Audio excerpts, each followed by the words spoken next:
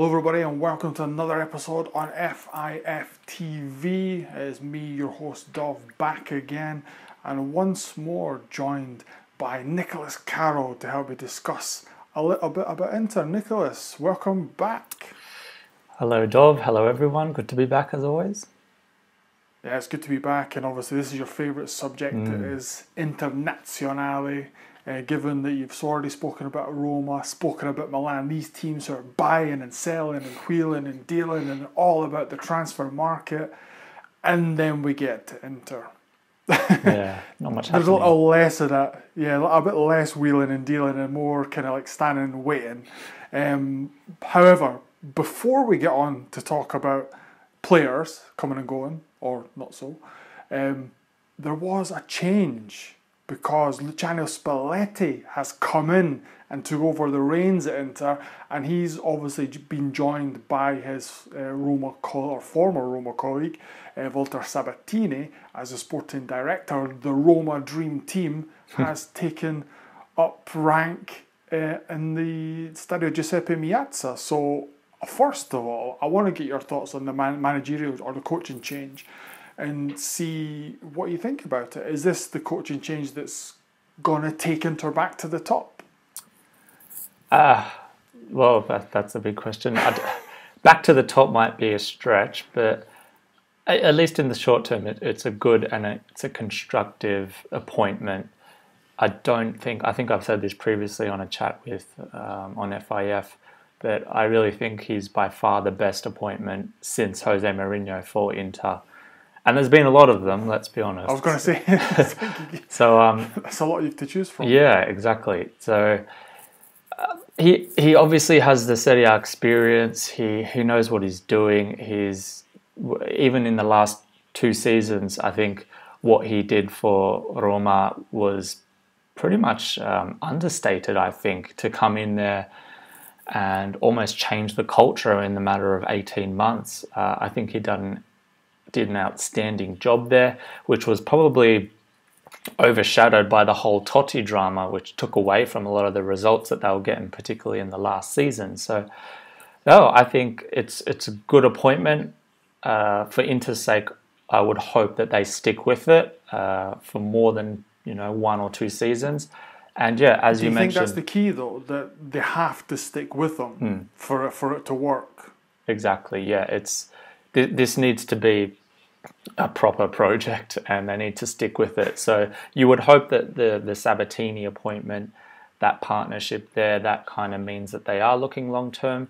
The only thing kind of hanging over their head is still the possibility that they might go for a certain Diego Simeone in a couple of years. But other than that, it's a really good appointment. Speaking specifically about Sabatini, I think what he did for Roma back in 2011 when he came in, when James Pallotta brought him in, and I guess mainly overhauled that squad, got rid of a lot of those players that were just taking that wage bill, basically overpaid. And you can kind of see a lot of similarities with Inter's current squad, possibly a lot of ego and not a lot of fight, let's say. So, well, that was the criticism towards the end of last season. So, right. Well, okay. Well, let's talk about some of the players then.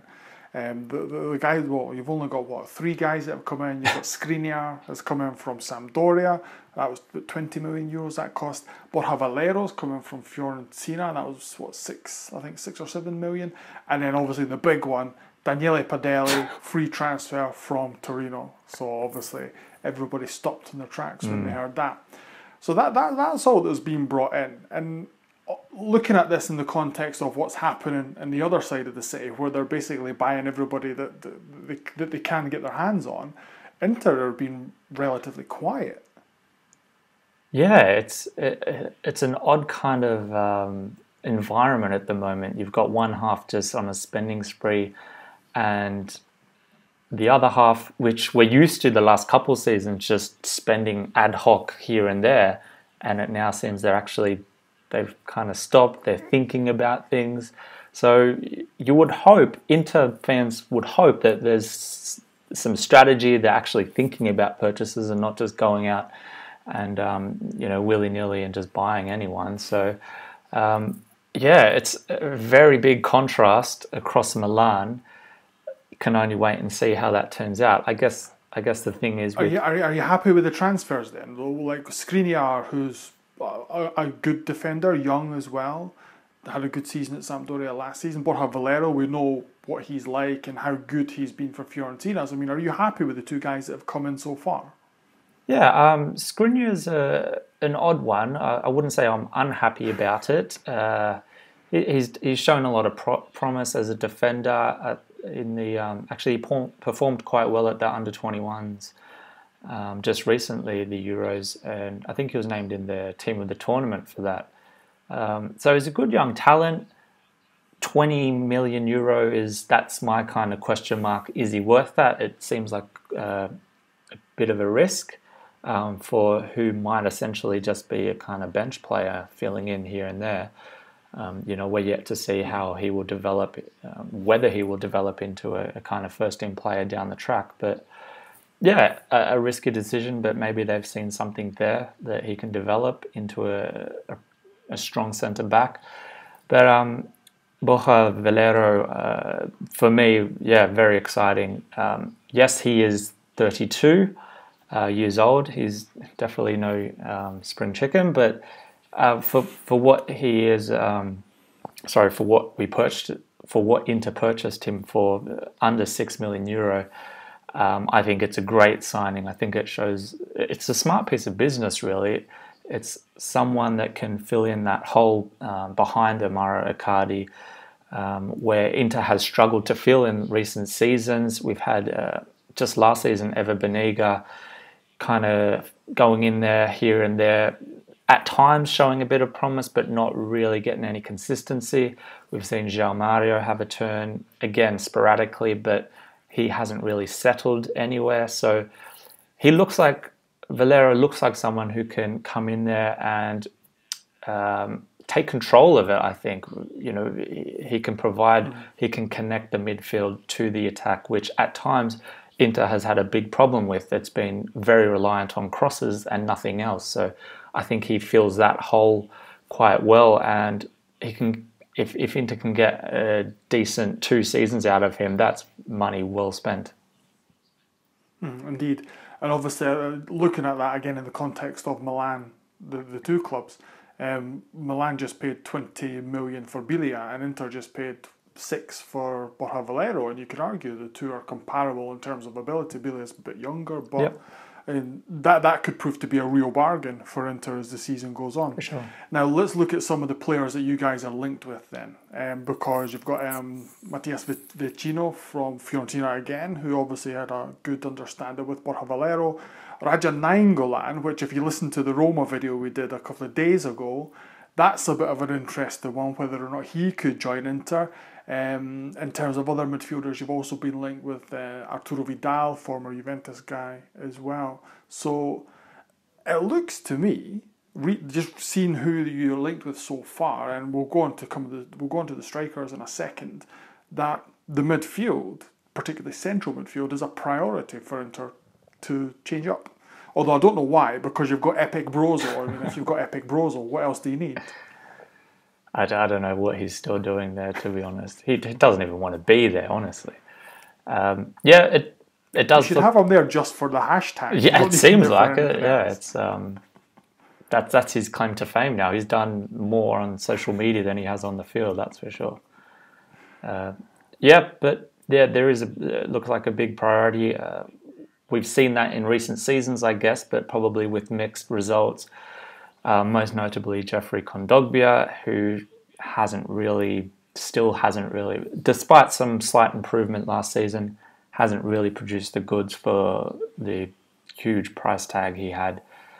Roberto Gagliardini, the latest addition in the winter. So I think that it looks like they're looking for someone to partner him long term. Brozovic, you'd have to think has to be going towards the exit sometime soon. I can't see him, particularly under Spalletti, who is known to be someone who won't take any crap from any kind of players. So you can't really see him lasting there too long. So yeah, it looks like they're looking to reinforce that midfield, which is good. I think it needs to be done. So for me, it's one of two positions that really need to be strengthened. So yeah, I'm happy for that. And to speak about Vicino specifically, I think that would be a brilliant signing. I've seen a lot of Inter fans aren't too happy about it, but I think he's exactly the kind of player that Inter needs in that midfield. Someone who's just solid, reliable, strong in defence, and can fill that hole just in front of the centre backs, where Inter hasn't really had that kind of reinforcer there. So I think he's a perfect player for that Inter midfield, and I think he can kind of complement Gagliardini, who can stride forward and back as he wills, with Vicino possibly covering him. So we'll wait and see what happens with that one. Yeah, indeed, right. So let's move on to the forward line then, right? Because probably the big news here is that, well, not the big news, but the most obvious news is that Ivan Perisic is probably going to have left the club by the end of the summer, with Manchester United looking like the destination that he's going to be playing at next season. Inter have said to Man United to stop messing about. Just, this is how much it costs. I think it's about 42 million, something like that. Pay the money and he's yours, basically. But we're not going to be mucking around negotiating. This is how much it is. Pay it or don't, basically. So that leaves a kind of hole in the forward line. And you've been linked with Keita from Lazio, Schick, who joined Juventus pretty much, but then didn't. And then Martial, who's the Manchester United striker as well. So looks like there's going to be some shuffling in the front line. I've also heard talk about Eder possibly going back to Sampdoria as well. So that means Mauro Icardi needs some guys to help him out. How do you assess the kind of striker situation with Perisic leaving and potential replacements? Yeah, to be honest, I'm a bit unsure about the whole forward lineup, particularly because for me, and I know we've discussed this many times, Dov, but Perisic, I rate him very highly, as you know, and I know. It really, for me, objectively and as an Inter fan, I think it would be really disappointing to see Perisic go, because he was consistently one of, if not their best player. If you take Mauro Icardi away, I think he is Inter's best player on a week-to-week basis, not only for his forward contributions, but his defensive work that he does as well. So I think Inter will be going backwards in that way, and it's hard to see a replacement kind of filling those shoes without some kind of a change in the formation there. So yeah, to a couple of those players that you mentioned, I'm not convinced that any of them are particularly a great fit. So, I'm not going to say that they should be spending a huge amount of money on any of them. So, Martial, sorry? You think Spalletti would go for, he'd probably end up playing a 4-3-3. That's, from what I can recall, that's more or less the formation he's played most of his career, apart from when he made Totti the false striker, when he started mucking about with that. But he's a 4-3-3 guy, specifically recently. So you've got Icardi and you just have two guys either side of him. If you keep it there, a good hard worker, Candreva can play that role as well. And if you get Keita, who is supremely talented, attitude, that's a bit of a question. Martial hasn't really fulfilled the price tag at Manchester United, so it could be a good move for him to come, get regular game time and fulfill that potential. Schick, that's a really interesting one, because that's only materialised in the last couple of days after Juventus pulled the plug. Juventus pulled the plug on that deal, which was more or less done. So you don't fancy a bit of Schick, a bit of Keita? Yeah, well, like you said, the Schick thing, because it's just developed only recently, I'm kind of trying not to get any excitement, just to see how it plays out, see what happens. But certainly, I don't think anyone in Serie A would be disappointed to get him on the books. A very exciting young talent, and you would hope that he would be someone that could possibly build some kind of a combination with Icardi, where the likes of a Martial, very much more of a runner of the ball, not really someone who would be crossing balls in to Icardi. And, Icardi really does need someone who's going to work with him and put balls into him when he needs them. So someone like a Martial doesn't necessarily fit for me. Schick could be an interesting one for sure. Keita Balde, I'm a big fan of him personally. I think he's an outstanding player. My only reservation would be he has been rumoured to have some attitude problems in the past, and it seems like Inter has had enough of those kind of players in recent seasons. It'll fit in perfectly. Yeah, he might be a perfect fit in that case, but yeah. I think what you really need is you need to just go to Sampdoria, find out who their strikers are, so get Schick, get somebody else, and you just have a strike force of ex-Sampdoria guys. That seems to be the transfer policy at the San Siro. Right, let's quickly go through a couple of other ones then. Andrea Ranocchia is going to leave. I assume you're going to be happy with that. Yeah, if we can get any kind of money for him, that's brilliant. Absolutely brilliant. I'm sure every Inter fan will be delighted to see that happen. And obviously, here's the big one. Gabigol, the big signing from last summer, doesn't even get to go on the tour. And the meme, if people haven't seen the memes, there's brilliant memes of him sitting on a bench on a beach in Brazil. And there was basically, even when he's on holiday, he's sat on the bench. Poor Gabigol, you start to feel sorry for him a little bit. All the hype, and then basically just can't do it. He just can't even get a game anywhere. Yeah, the poor guy. The sad thing is, it doesn't seem like it's any of his fault either. Without knowing what happens behind closed doors at training, you have to wonder what he has to do to get a chance. Even I think we spoke about it before previously on an FIF video. I think it was 113 minutes of Serie A football last season. It's crazy for the amount Inter put out for him. There's not much development happening there, and if he's going to stay on the books, he needs to be loaned out and get some experience or some kind of development, because he's just a waste at the moment. Unfortunately for him and for Inter, it's helping no one, this situation. Indeed. And obviously the last kind of one is Stevie Jovetic is obviously back from his loan at Sevilla, which was relatively successful.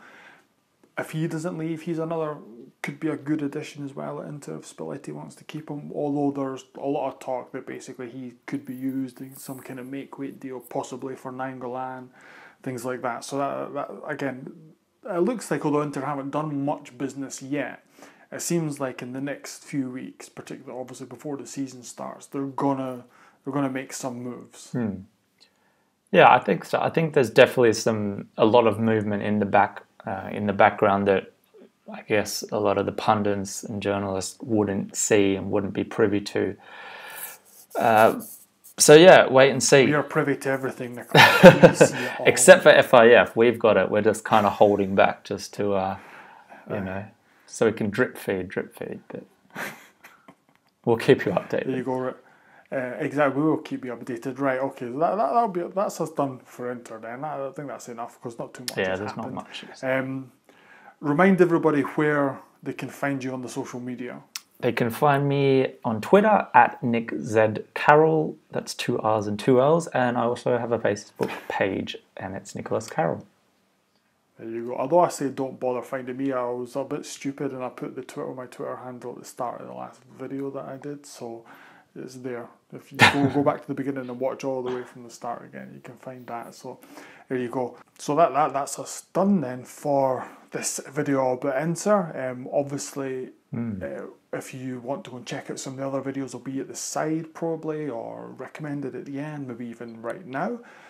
So click on them and have a little watch. We've got Milan, Roma, Juve, Italy under 21s, other stuff as well that we've done over the season, which is still relevant. Go and check that out. Obviously, another thing we do ask if you have got any kindness in your heart. If you could donate $1, $2, or $3, or $4, or $5 on Patreon, it would be much appreciated. It means we can bring more content like this as the season goes on, and for next season and whatever else, videos, podcasts, more articles on the website, everything that you guys want and need to follow Italian football to the best of your ability. So go on Patreon. Anything you can afford is much appreciated. Really it is, trust me.